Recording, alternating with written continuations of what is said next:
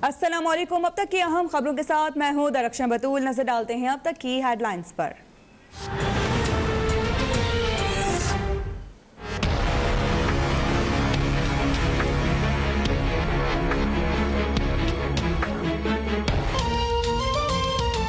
बेएहतियाती के बाइस मुल्क में कोरोना की खौफनाक सूरत हाल। पहली बार एक दिन में 201 अफराद जहां बहक, 5292 नए केसेस रिपोर्ट। 2 मई से ज्यादा मुतासर इलाकों में लॉकडाउन का मंसूबा तैयार। NCOC का वजारतों और इंतजामिया को मुरासला इरसाल। इस्लामाबाद, रावलपिंडी, लाहौर, मुल्तान, फैसलाबाद, गुजरांवाला में लॉकडाउन लगाने की तजवीज़। बहावलपुर, हैदराबाद, लोअरदीर, मर्दान, नौशहरा भी ज्यादा मुतासर। मलकन, चारसदा, सवात, सवाबी, मुजफ्फराबाद, पूंछ और बाग में भी लॉकडाउन लगाने पर मुशावरत।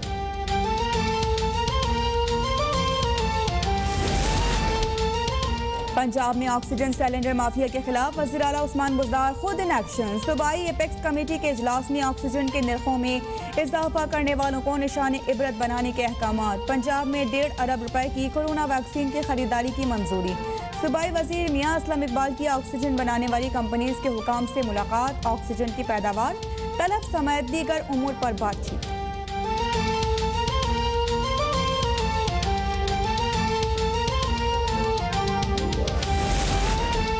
गुज़िश्ता रोज पहली बार मुल्क में एक रोज के दौरान 1,17,000 अफराद की कोरोना वैक्सीनेशन। वफाकी वजीर असद उमर के मुताबिक अब तक मुल्क में 21 लाख लोगों को वैक्सीन लगाई जा चुकी है। 40 साल से ज्यादा अफराद वैक्सीनेशन के लिए खुद को रजिस्टर्ड करवाएं। 50 साल से ज्यादा उम्र अफराद की वैक्सीनेशन का आगाज। मुआविन खुसूसी डॉक्टर फैसल सुल्तान ने कहा है कि करीबी सेंटर से वैक्सीन लगवाई जा सकती है।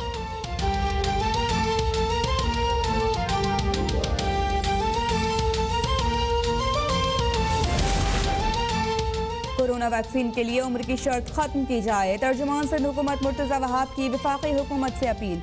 24 घंटे में 1 लाख से ज्यादा अफराद का वैक्सीन लगवाना खुशाइन करार। जिला मलिर कराची के मुख्तलिफ इलाकों में माइक्रो स्मार्ट लॉकडाउन का नोटिफिकेशन भी जारी। अस्करी मलिर कैंट, गुलशन हदीद एयरपोर्ट के इलाकों में 10 मई तक माइक्रो स्मार्ट लॉकडाउन का नफाज।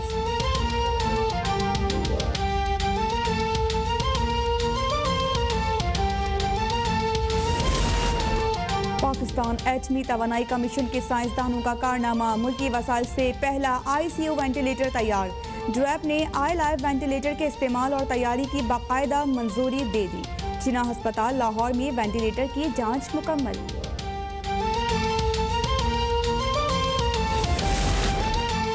भारत में कोरोना से कयामत खेज सूरत हाल बरकरार। एक दिन में मजीद 3,62,000 से ज्यादा केसेस रिपोर्ट।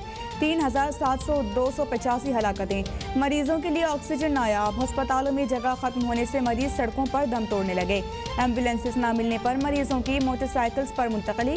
आलमी इदारा सेहत ने कुंभ मेले को भारत की तबाही की असल वजह करार दे दिया।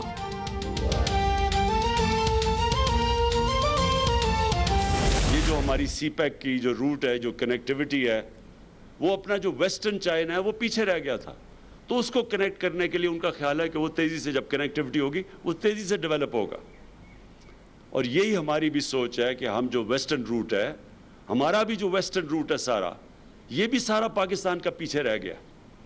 तो हम जब वेस्टर्न रूट जो CPEC का डेवलप करेंगे, वो सारे उस इलाके को कनेक्ट कर देंगे जो पाकिस्तान के हुक्मरानों ने हमेशा निगलेक्ट किया। छोटा सा अमीर तबका मुल्क के वसाइल पर काबिज है। साबिक हुक्मरानों ने लंदन के इन पोश इलाकों में जायदादें बना रखी हैं जहां बरतानवी वज़ीर आज़म भी घर नहीं ले सकता। वज़ीर आज़म इमरान खान का कोयटा में तकरीब से खिताब। कहा कि माजी में तवज्जो नहीं दी गई, इसलिए बलोचिस्तान पीछे चला गया। माजी में नज़रअंदाज किए गए इलाकों पर काम जारी है। बलोचिस्तान में माहीगीरों और तलबा को आसान शराइत पर कर्ज देने का ऐलान।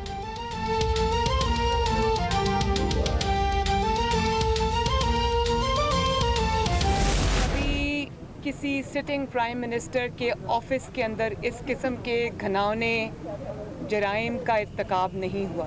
ये तो माफियाज के जो डॉन्स होते हैं या जो गैंग्स के सरबराह होते हैं, कभी उन्होंने इस किस्म की हरकतें नहीं की। जो इदारों के सरबराहों को बुलाकर उनको आप ये कह रहे हैं कि नवाज शरीफ के ख़िलाफ़ ये मुकदमा करो, उसको गिरफ़्तार करो, मरियम नवाज़ के ख़िलाफ़ ये मुकदमा करो, राना सनाउल्लाह के ख़िलाफ़ ये मुकदमा बनाओ, और अभी तुम गिरफ्तार कर लो सबको, मुकदमा क्या बनाना है ये हम बाद में देखेंगे। ये कभी किसी मुहज़्ज़ब मुल्क में, मुहज़्ज़ब दुनिया में कभी किसी ने ये सुना?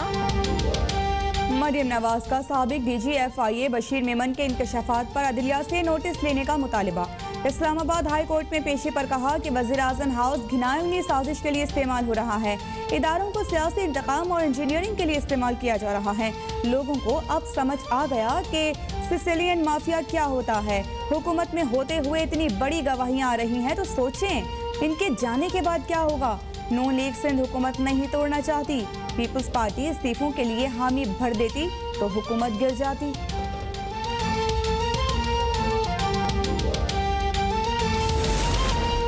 बशीर मेमन बेबुनियाद इल्जामात पर माफी मांगे या कानूनी कार्रवाई के लिए तैयार हो जाएं। मुशीर एहतसाब शहजाद अकबर का साबिक डीजी FIA को 50 करोड़ रुपए हर्जाने का नोटिस। अपने ट्वीट में कहा कि हद है, वैसे नून लीग की मुनाफिकत की। मरियम के अब्बू ने सुप्रीम कोर्ट जजेस पर हमला कराया। उन्हें अदालत का इतना एहतराम है कि अब्बा लंदन में इश्तिहारी बने बैठे हैं। जज अरशद मलिक और जस्टिस कयूम को भी कौम नहीं भूली।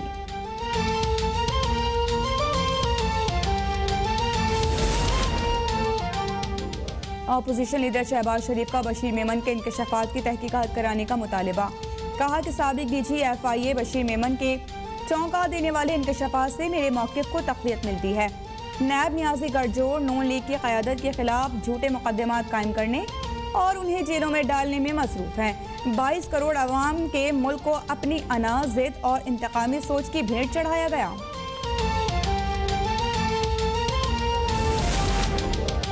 बशीर मेमन बयान देकर नई नौकरी हासिल करना चाहते हैं। मुसलसल नाकामियों के बाद मरियम नवाज शदीद ज़हनी दबाव का शिकार हैं। वज़ीर मुमलिका ज़रताज गुल कवल शोज़ाबोलिन के ब्यूरोक्रेट्स के बयान की अहमियत है तो भारत में तैनात साबिक का हाई कमिश्नर की बात पर तवज्जो दी जाए। अब्दुल बासित ने बताया कि नवाज शरीफ ने कैसे भारतीयों को वीज़े दिलवाए और नवाज शरीफ ने हुर्रियत रहनुमाओं से मिलने से इनकार कर दिया था।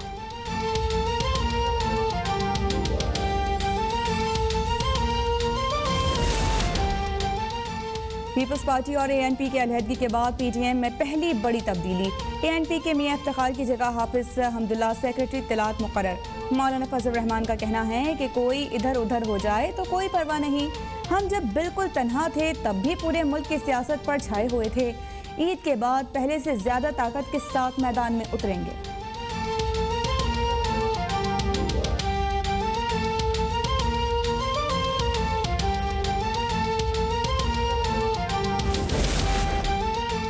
नैब की लीगी रहनुमा एहसन इकबाल का नाम ECL पर डालने की सिफारिश। एहसन इकबाल का नैब की सिफारिश पर दिलचस्प रद्द-ए-अमल। सोशल मीडिया पर बयान में कहा कि नालायकों, मेरा पासपोर्ट तो अपनी तहवील में ले रखा है तो फिर बाहर कैसे जाना। नैब ने मेरा पासपोर्ट कहीं गुम तो नहीं कर दिया। बस तुम्हें यही काम आता है, गिरफ्तार करो और नाम ECL पर डाल दो। इमरान नियाजी फिक्र ना करें, हम भागने वाले नहीं भगाने वाले हैं।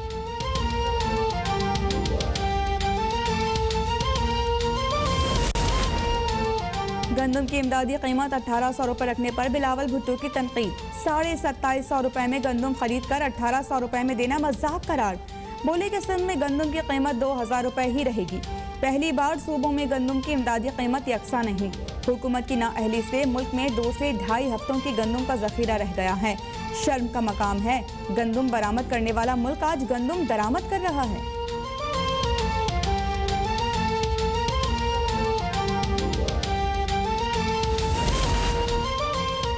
मुल्क की बरामदात जुलाई-मार्च 23% इजाफे से 18.7% की सतह पर पहुँच गई। वजारत खजाना की रिपोर्ट के मुताबिक करंट अकाउंट बैलेंस एक बार फिर $1 अरब सरप्लस रिकॉर्ड। मजमूई ज़र मुबादला ज़खायर अप्रैल के अख्ताम तक $23 अरब 44 करोड़ तक पहुँच गए।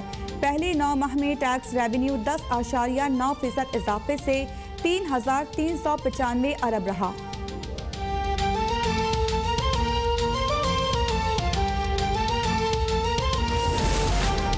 NA-249 कराची में ज़िमनी इंतखाब का दंगल कल सजेगा। तहरीक इंसाफ के अमजद आफरीदी और नून लीग के मिफ्ता इस्माइल के दरमियान कांटे का मुकाबला मुतवक्के। PSP के मुस्तफ़ा कमाल और पीपल्स पार्टी के कादिर खान मंदुखेल भी मैदान मारने के लिए पुरउम्मीद। हल्के में कल आम ताजगी का ऐलान। सख्त सिक्योरिटी में इंतखाबी सामान की तरसील मुकम्मल। पुलिस और रेंजर्स की भारी नफरी तैनात।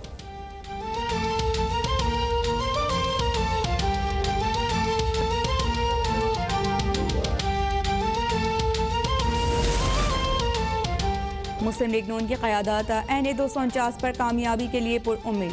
शाहिद खाकान अब्बासी बोले कि पीपल्स पार्टी और तहरीक इंसाफ हल्के के मसाइल हल करने में नाकाम हो गईं। इलेक्शन के ऐलान के बाद यहाँ अरबों की सड़कें तामीर की जा रही हैं। मुल्क को तरक्की सिर्फ और सिर्फ नून लीग ही दिलवा सकती है। हल्के में फतह के बाद सबसे पहले यहाँ पानी फराहम किया जाएगा।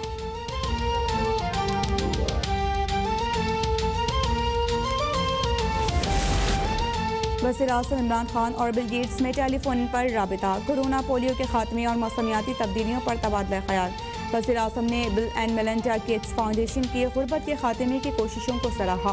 वज़ीर-ए-आज़म ने बिल गेट्स को पाकिस्तान के बिलियन ट्री मंसूबे से आगाह किया।